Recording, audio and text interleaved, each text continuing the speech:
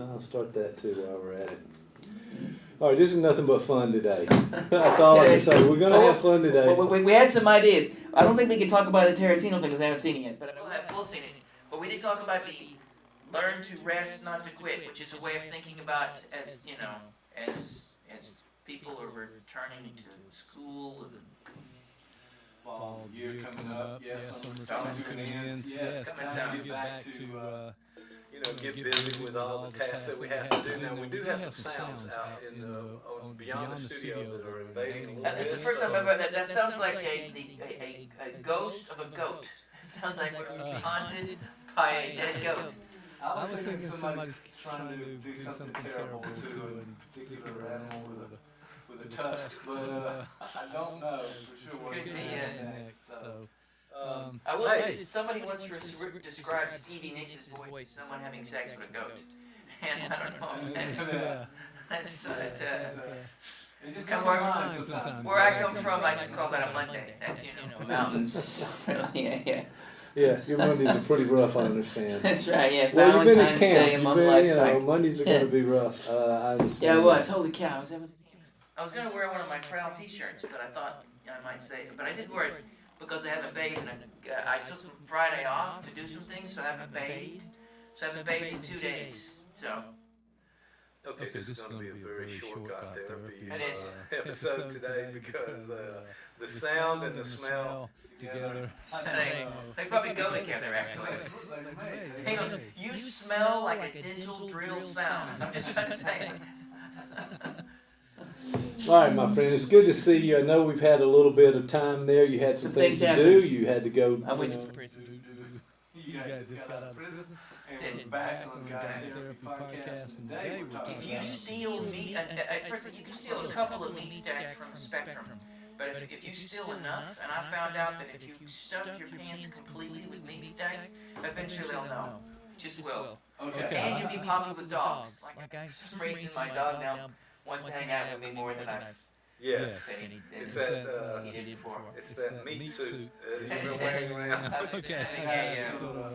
Lady Gaga moment there. You know, this is all. I went dressed as Lady Gaga in her meat suit for Halloween one year. My wife bought all these fake pictures of raw meat, and she wove them together in a dress, and then put me in drag, and I wore it. I have pictures of that, by the way.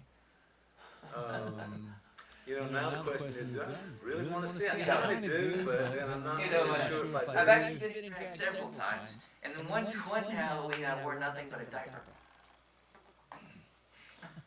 When my son was born, I went as my son as a baby, and my wife went as an attractive mother.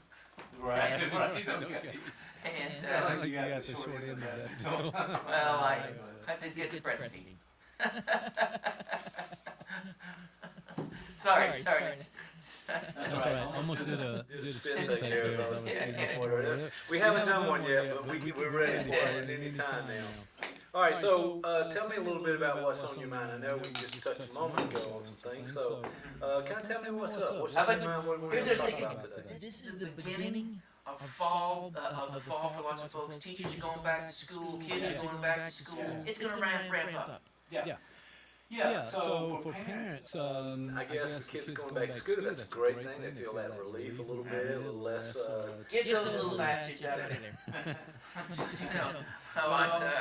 It could be that, but I don't know. It seems like there's a sort of a back to work, back to school mentality, and we get energized a little bit. Maybe that's a good thing, and we get back into the routines, and that structure of having that routine things to do every day is probably good for us in some ways. So what have you got on your mind about this change coming up? Well, for one thing, one of the ways I prepare to be able to survive to start back to school is I every morning just rub myself from head to toe in Vicks Vapor Rub. Yes. It just keeps me awake. It keeps me from, There's some families out there that do that, by the way. Yeah, I've got some relatives who do that. Actually, no, there should be a flavor of ice cream. Vapor Rub. No, there should not be. That's right. While you're eating it, it's a win-win. It's a win-win. But, no, besides that, though, here's what I'm thinking. There's a saying, it's even a meaning. I like it. It is, learn to rest, not to quit. Okay. And Don't quit. Yes. But rest. Right. And it's interesting because most of us, particularly when people come to see me in therapy, one of the problems they often come in, and it's a reactive depression as a result of the anxiety and drivenness of the things they have to do. So they often come in with a form of sort of emotional and physical exhaustion. So it's a skill to learn to rest. I would say, particularly in our capitalist society where we work more and more and more, money is time, acquisition of capital is important, that we have gotten the skills of resting are minimal. Right. And I don't mean the rest that happens like, okay, you work for 11 months and, 30 days, and then in 2 days you go to Panama City and drink until you vomit. That's not resting. We want to think about resting in terms of what you do every day. And there is a skill to this. And if you wanted to be able to break it down first, it's like we often don't realize we have our foot on the gas. If you're in a car and the car's starting to overheat, it literally tells you some things. There's some things that our body try to tell us, the things that our emotions say to us, and if we can learn to listen, we can listen for those signs that we may be overheating.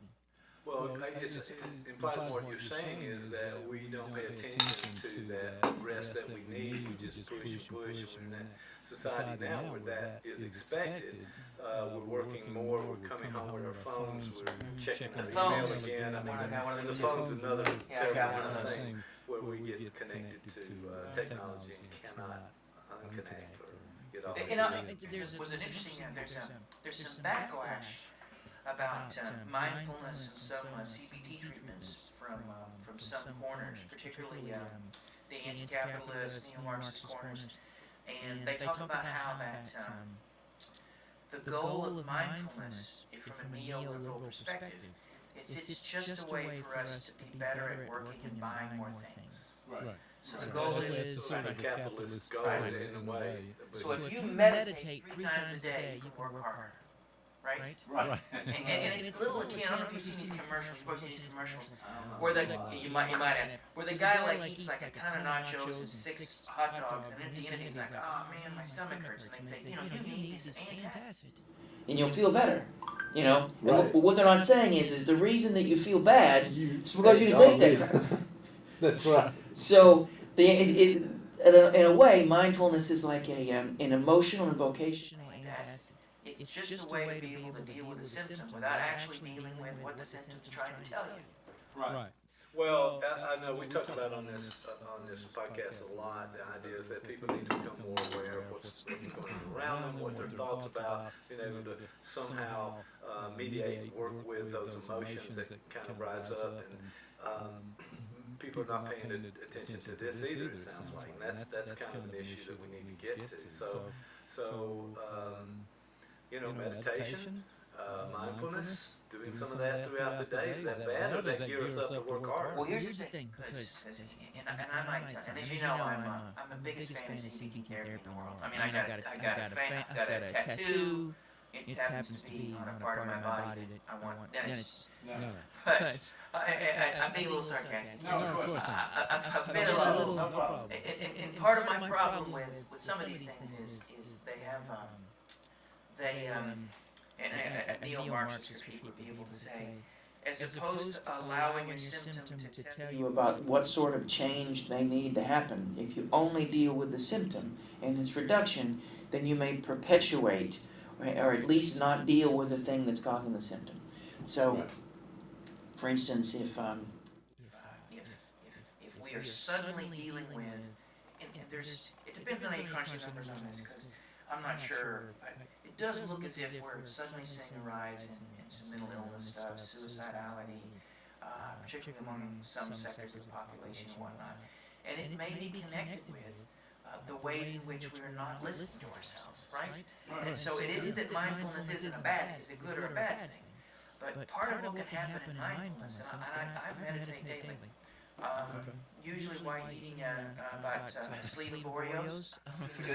A sleeve of Oreos. Sleeve of Oreos. Okay, yeah. It's like just a sleeve. That's too many. It's a lot of Oreos. It's a lot of Oreos. And, Oreos are the only food that can destroy your pancreas. I mean, Okay.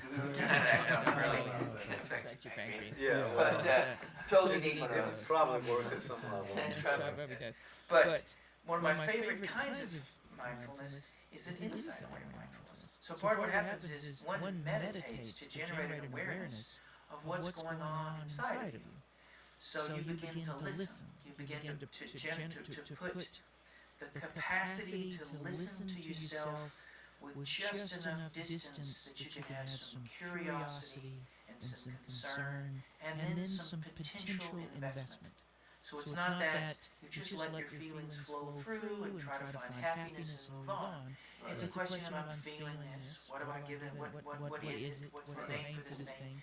And then you may ask why. There's a saying in some of these circles that you never ask the why without a what. So why might I be feeling this? But the what is, what am I going to do?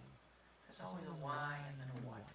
Right. It's kind of taking a little bit of inventory on what's on your mind, what's in your life, and maybe prioritizing those in some way. But listen, pay attention to everything because it's in there, and then there is a deep figure wisdom. out an idea of what to do. Think our nervous systems have been this dance for millions and millions of years with our environment. They are exquisite and finely tuned. They're supposed to tell us something. They register both the internal and the external environment and our capacity to be able to listen to them. In the same way we might listen to a piece of music or a symphony or polka. I don't know. People do polka.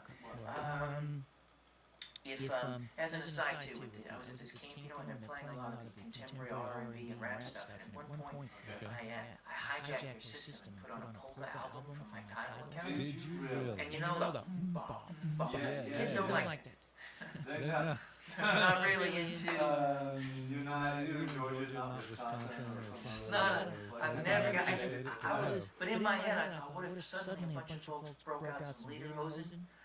And we had like a good old fashioned. You mean that people actually brought lederhosen? I don't know about you, but wherever I go, wherever you go, I'm sure. Got some lederhosen. But your nervous system is exquisite. It has our capacity to listen to it's important, and what could happen if we're not careful.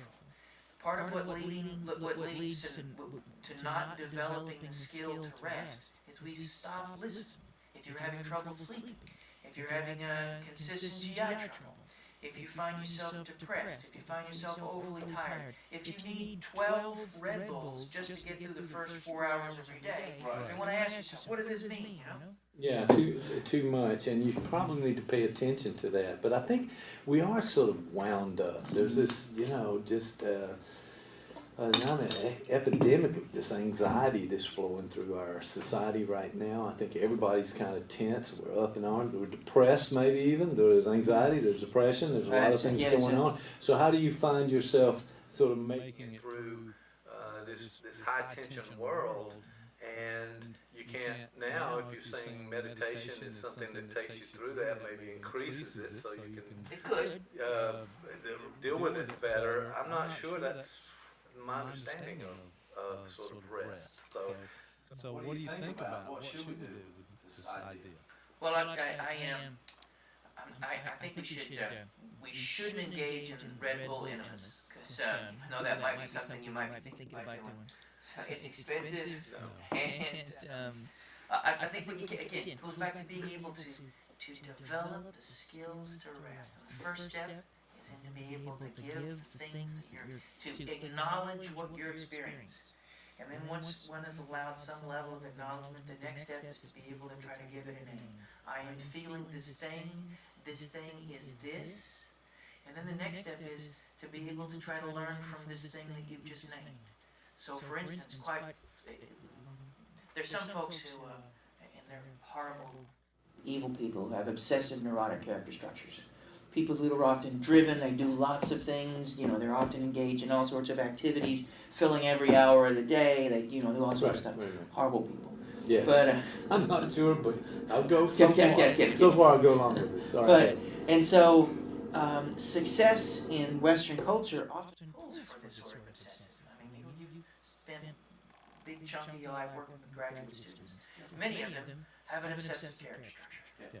So, about OCD a little bit, they're driven, they have to do something that's constant, and that's the way you can be successful too. So there's a it positive works. side. You know, you don't, getting through graduate school requires some drivenness and attention to detail, requires that sort of stuff.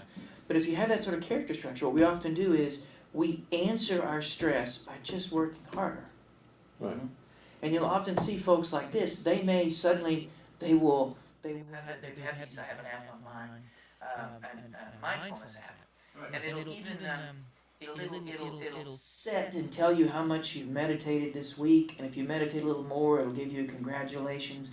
You could literally have mindfulness become something that you could become competitive meditation. Yes, I've meditated more than you. But it literally is, I'm going to meditate the heck out of this. I'm going to be the best man. It really Super, ultra. Yeah, that Buddha guy's got nothing on me, and if so, part of what can happen in terms of being maybe even that first or second step, being able to listen to Naaman, is to get a sense of how do you handle stress. If you have one of those obsessive sort of structures, we have a way of handling stress by inadvertently giving ourselves more stress. Yes. Maybe trying to, in some ways, fix the problem, and you do the same thing in order to try to fix it. It just increases it more. So your solution becomes a problem, and you continue to do that. And that's kind of like some kind of computer loop or something. It was one of those what we used to call vicious cycles. Vicious cycle. Yeah. Not a great name for. I was gonna call my kid vicious. Like a great name for a kid is my kid Viv, which is vicious. No. Which I saw this was somebody posted on the web. No, what is highly correlated with drinking during pregnancy? Kid Rock concerts. Kid Rock concerts. Drinking during pregnancy. It's Okay, I'm with that. I can understand that. If you like the Kid Rock. He's been back in the news lately. I think he just threw out a tweet that everybody. Yeah, David Swift. Yeah, said that she wanted to be a movie star, so she's pretending to be a Democrat. Yeah, that doesn't help you get anything going. Not really sure. I'm Not sure how that works, but I think he should stick to eating at Waffle Houses and the malt liquor. Kid Rock, no, maybe one song out of that repertoire. Yeah, he's got that bang, bing, boom, ba, whatever that song is. There's something I can't remember it either, so that tells you something. So there you go. All right, but so this idea of rest, we don't know how to do it, and then sometimes we apply the same sort of anxiety-ridden attention to detail, obsessiveness, compulsiveness that keeps us in this anxious state, and we're failing at meditating, and we're failing at taking a break. Well, there can often be a moment in treatment, for instance, if someone comes to see me, and we can come to a place of felt knowing, place of here and now sort of insight, and that can be where they come in and they talk about how depressed they are, how they feel horrible, but we can come to a place to be able to say, well, your depression is the same response to an insane environment. We talked a little bit before about the frog in boiling water. So as stresses increase, we can adapt very quickly without little understanding that as the water gets hotter, we're beginning to boil. Right. And so you have to develop some awareness of what it is that's boiling around you and how it's affecting you. And when you can give that name, you can do something with it. I think so. One of my concerns is that I know from my own experience that I handle stress okay if it's one, maybe two things, sometimes three things, but then there's so many things going on. It's almost the number of stressors that add up that cause me to go kind of off the rails a little bit. So I'm kind of wondering if you kind of put everything in this perspective, everything in place, and you go, okay, well, what can I do something about? What can I don't have any control over, and how can I live this? I got a wonderful example of rather recently. This was a few weeks ago. My wife we're vegetarians, so we have these vegetarian chicken nuggets. So they're not made from chickens. No.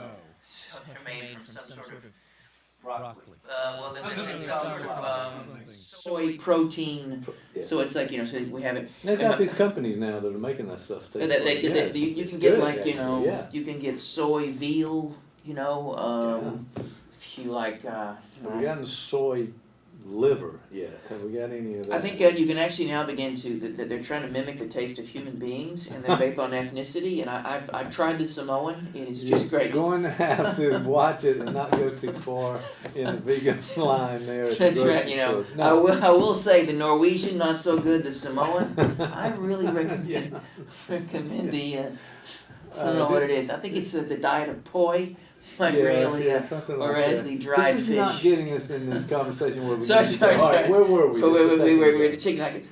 So Okay. so my wife, I assume she probably was in a rush or a hurry. Right. It could be because she doesn't love me or she just wants me It dead. could very well be But a she lot put of the things box like of that, chicken yes. nuggets in there. She just sort of put them in the refrigerator. Okay. And she didn't seal the box, and they were angled a certain way. So as soon as you opened the freezer, the chicken nuggets poured out. Okay. So I am in a rush because I'm trying to feed my kid before I head back to work for lunch. And he says, "Hey, can you make me some chicken nuggets?" I said, "Sure, but I got to guard you." So I'm rushing around. I open the refrigerator, and the chicken nuggets fall. So I literally have a pile of chicken nuggets up to my ankles, all around my feet.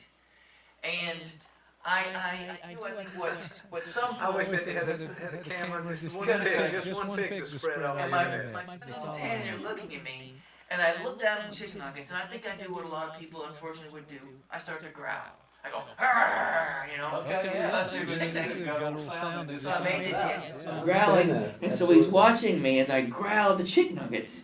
And, you know, then I grab some, and I put whatever, I wash them off, and Right. we go on. Well, the next, Yeah. that night, I'm tucking in bed and giving a kiss goodnight and whatnot, and, we read a lot of Ayn Rand, so we're No, about, you do not, but go ahead. we're You read almost something, but it's not. we're all the way through, we're almost to the fountainhead, and, you know, he's learning to be selfish and, capitalist selfish. But, So you bring this boy up right. yeah, we are. He's going to be a success. And we also usually then look at pictures of the poor and make fun of them. But Oh my goodness. So- Okay, then. so we're not. So he says to me, he starts laughing. He says, "Yeah, you know," he says, "Do you realize earlier today you were growling at chicken nuggets?" He said, "Why were you doing that?" And it took a moment for me to reflect. Out of the mouth of children, I thought, Right. that's a wonderful example of how I was. If I could have asked myself, why am I suddenly growling Right. at this pile of chick nuggets, Right. at my feet?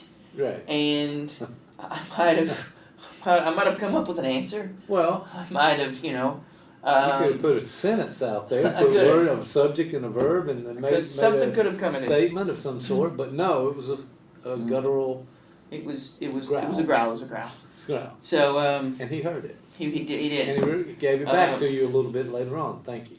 But so that would be an example of how I think that I wasn't quite aware how stressed I was, and if I were a little more aware of the things I was experiencing, I certainly was. And so what I did the next day is I gave myself 10 minutes extra for lunch, so I would be able to make some things, and it was an example of how to cut myself enough slack to navigate that moment. Now that's not necessarily a form of resting per se, but it's close, right? It's close. Yeah, and I think you kind of catch up. I don't think we can always be in that moment where we have all the answers, have all the responses for things, and we just have to take a few minutes to kind of catch up. And also a little forgiveness in there. You did make that growl. It could have been worse. Good. Maybe so. Give yourself a break. I could have dog cussed those chicken nuggets. I could have just, could have said something about their moms and their dads, and, about orifices they don't have, I could have. Bring this back into the Conversation, not now. You could have Could've. done that the other day. Could've. But you gave yourself a break the next day. Right. Okay, that makes sense. And So yeah, it's kind of catch up a little bit and try to even this thing out so that you're not stressed. But I guess if we're on that edge and that tension, and something happens, then you have that reaction. But that's a normal thing. Give yourself a break. Well, and see, you have to be able to give yourself a break. You have to realize you need one. And then you have to give yourself permission to give yourself a break. And then you have to have some skills to do it. There are a number of things that need to happen in that sentence. And that's why, you know, some of the folks who come to see me for therapy and whatnot, it could be that their life has overcome their ability to do all those things. It could be that they've never really learned how to do those things. It could be that there is conflict, that the idea of giving them, I mean, I've worked with a number of folks who will say, I don't deserve a rest, or if I rest, something bad will happen. If you are in the presence of a parentified child who's been in a position of having to care for their parents in some emotional factor, there's a wonderful line of the Bearsnard Lakes. That's a band. Ever heard those guys? No, I haven't. Well, they have a lyric, and the lyric is, I'll save you, I'll save you, I'll save you, I'll save you, I'll save you, I'll save you, and then maybe you can save me. And so the message in that, I think, for us, for a number of children who've been pushed into this parentified role, for instance, they have to be in a place of doing the saving with the hope that somewhere down the line they make the crumbs that they need. Right, very unfair for that child to be, sort of robbed of their childhood, becoming that adult for the adult parent. So I will say that in my case, I was able to smoke early, which was good. I was able to, at the age of 7, I was enjoying cigars and cognac. That's right. It was just, I'm man, is what he said or something. So what he said, he says, yeah. He said, I'm no baby, I'm a man. Okay. I will say, it really depends on what he's smoking, because if those were, filtered Winstons, no, he's still baby. But if that guy can do an unfiltered Camel, he's Well, it's very interesting how we have seen some of the same kind of thing on the internet that we have reference to. But the idea of giving yourself a break and resting, and you just said some people just say they don't deserve it. Or something that maybe happened in the past, I'm assuming, that's part of their development. So that maybe... And you notice that skill. Took that turn. Because I'm reflexively psychoanalytic. So you see, I just did it, right? I said, look, think about what are the conflicts? What are the hidden messages? What are the maps you have of yourself in the world? How have they may have been adapted in the past. If you grew up with an alcoholic mom and dad, and you had to drag your dad out of the truck so he wouldn't choke in his own vomit 3 or 4 times a week, it might have been adapted because you needed to keep him alive and you needed to keep your family intact. That map no longer translates when you yourself are a dad and you're working 8 jobs at the same time and you feel like you're trying to, and you're attempting to stave off a disaster that's actually already happened. Right. And that can be a powerful thing to be able to say to one, the disaster that you are planning for has happened, you survived it. Right. It can be a powerful moment in a therapy session. Right. To realize you're fighting. That makes sense to somebody kind of recognize their own strengths and their ability to cope and move forward through difficult times. For sure. Well, I don't know about taking breaks, and how often should you? What's your plan? You say you meditate every day. I do. So when do you find time to do that? I think you're a very busy guy, so I'm wondering how this works. Well, this is part because I also have one of the reasons I was sort of making that joke earlier about obsessive people being horrible is because unfortunately I happen to have that very structure. Oh, it takes one to know. There we go. And it is, I have gotten to where I get up earlier and earlier every morning. I get up at 4 now, sometimes 3:30. And usually I am, I'm alone. First of all, there's one of the benefits of that. That's what I'm thinking, maybe. That's one of the benefits. Nobody to bother me. That's right. And I might eat my bowl of, I got these Kashi cereal eat. It's like if you went out in the backyard and just, took some twigs. Mowed the lawn. and then threw them in a bowl. Yeah. I've had some of those, yeah. I might eat that. Nice and crunchy. Yeah, but I put some soy milk on them, so there's that. There's some soy milk. And then I go to the gym, work out for a while, and then I come home and I shower, and then I head to work. usually that can get me there anywhere from 5:30 to 6. Then I might take some time to meditate. And I have pictures on my phone. I usually meditate, and then right about the time I'm done meditating is when the sun's coming up. And I take pictures of the dawn. So I have many pictures of the dawn in my phone, you know.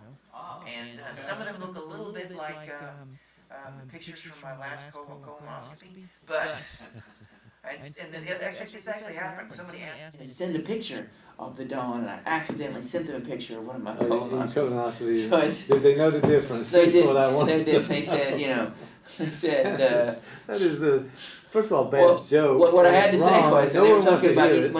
when they said, you know what, that's one of the most beautiful sunrises I've ever seen. I said, I hate to tell you this, that's Apollo. You know, that never goes well. Hey, things happen. You send that wrong. That picture. A lot of people have sent pictures they didn't mean to send. Yeah, so you gotta be careful on the phone there. Like for some reason, I don't know if you realize this, but for a while I was trying to be Catholic. I sent a lot of nude selfies to my priest. And after the 15th time, I don't think it was an accident. Here we go. Alright, so I don't know, you took me off track there with that a little bit. We worked through several stages there. We did. Not sure none of them were good, but they were stages. But you find that time to meditate. I do. And right before sunrise. All right, that's a good thing. Good. And that helps you start your day off. Mm-hmm. And I allow myself, because sitting is the new smoking. So 45 minutes, I do a 45, 50 minute hour. If I'm doing a session, or I'm supervising, or if I'm wrestling, or any activity I do, I just can find 45 minutes. If I'm making a souffle. But what I do is or wrestling and making a souffle. It's an art. Maybe eggs. I could put eggs in a souffle. I've never made it for souffle. Well, yeah. But they'd be vegans. They wouldn't be eggs. Egg substitute. Egg whites. I think that's still an egg. Yeah, Why do I get involved in these conversations? Don't be racist. Okay, so we got it. Okay, so that's all I can say. 45, 50 minutes. Where we just went, but can we come back? Okay. Give yourself 3 minutes, and I get up, and I walk down the stairs, and I sort of monitor, maybe I do a walking meditation sort of thing, and then I come back, and it's a way of sort of checking in and reconnecting with yourself throughout the day. Boom, I do it. Yeah. All right. I like it. I think it's kind of cool, and I think we need to do. All of us need to adapt some method like that to add to our day, because I think that meditation actually works. I think being aware and kind of where your tension and stress is in your body, and tensing it, relaxing it, and being aware of it, and it just sets you up to be okay in the next few moments. So I think it helps with that. So why not put it into your day? You say you do it throughout the day. At the end of the day. And then at the end of the day, everybody's stressed out. well, by the end, I go home, and then I like music, so I go home and I listen to some music, and often it's it can be raucous, it can be heavy sometimes. Yes. I like some of that black metal and death metal sometimes, or just I like mean jazz too. People often think of jazz as like something that you sort of sip a cocktail to and cool relax. And flowing. But I like sort of jazz that wants to kill me. Okay. I want to hear the death jazz. I do. There actually is. There is death metal jazz, by the way. Death metal jazz. There is. There is. There's a band called Zoo, and there's a band called Fire, and there's a band called Firehouse. Okay. All right. So. But death metal jazz. There is. John Zorn, the Electric Masada, has some sort of death metal jazz elements to it. I'm getting educated as we move here there's through this conversation. I don't have any of those albums, but now that I know. Yeah, so you listen to some music sort of that's driving metal. Gets the bugs out. Kind of get things going. Okay, all right. That takes you through the day. So what about the night? We just had somebody show up at the college there who was a sleep researcher, and that's what we should talk about one of these days. Sleep hygiene, very important. But 45 minutes to an hour, I lay in bed and I read, and this is not necessarily good because it does show my obsessive structure. I try to read 5 books at the same time: a book of poetry, a book of clinical application, maybe a bit of theology, possibly some nonfiction or fiction that'll go in there too, philosophy or whatnot. Okay. And I read like 10 minutes of each one of them and swirl them around like a cocktail and see what comes up. Wow, that helps me understand our conversation. It does. On the old podcast, so now it's beginning to make sense. I 10 also minutes for listen each to book, a lot of folks, and here we go. I listen to a lot of Full House erotica. I don't know if you've seen this fan erotica for Full House. Some good stuff. It was A lot of fans. a lot of fans. Yeah, a lot of.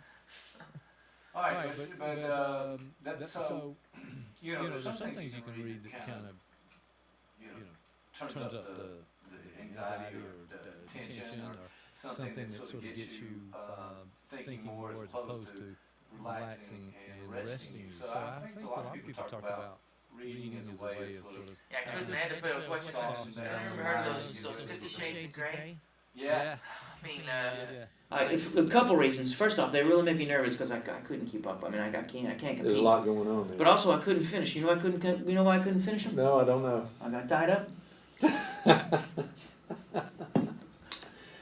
How long did we wait for that joke? How long did we wait for that joke? Couldn't finish because I was tied up. 50 Shades. Love it. See, that's what happens. I think, pulling all those 5 books. And by the way, I need to get that book list because I'm not sure these are the right books you need to be reading. But that counts for the jokes. All right, so Can't count for something. yeah, you better get to bed because you got to get up at 4 o'clock. I do. I go to bed at 8. 8 o'clock, I'm in the bed. Oh man, It's like, you're missing all the excitement from 8 to 9, 9 to 10. And look what it is. I also, most people wear like pajamas to bed. I wear an ascot. I don't know why.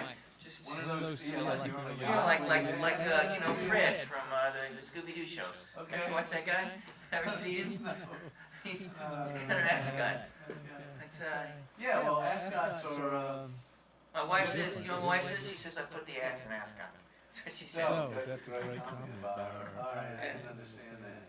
Yeah, we just talk about sleep. Let's do sleep hygiene.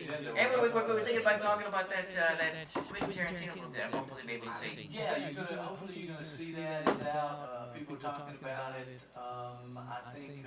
He's gonna retire. He says he's gonna make one more movie and retire. It's gonna be a Star Trek movie. He's making a Star Trek. It's gonna be Pulp Fiction in space.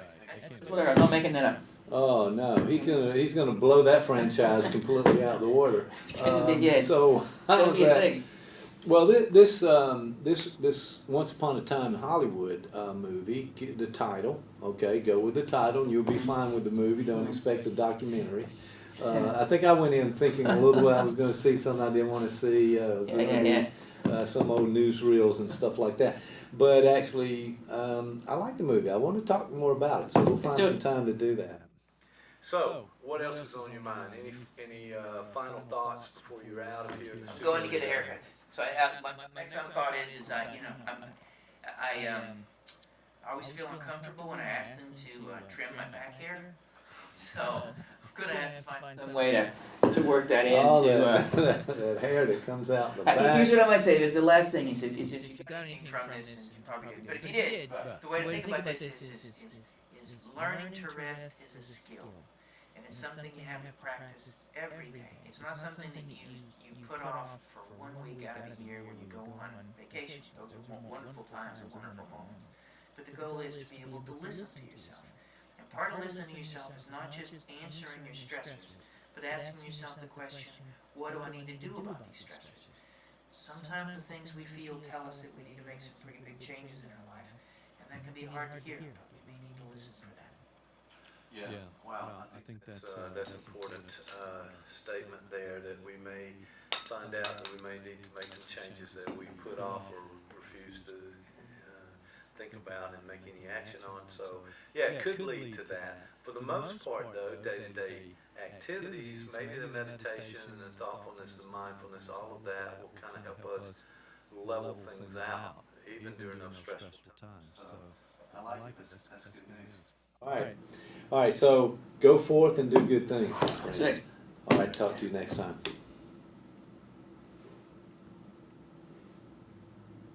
All right, we did that. Did it work?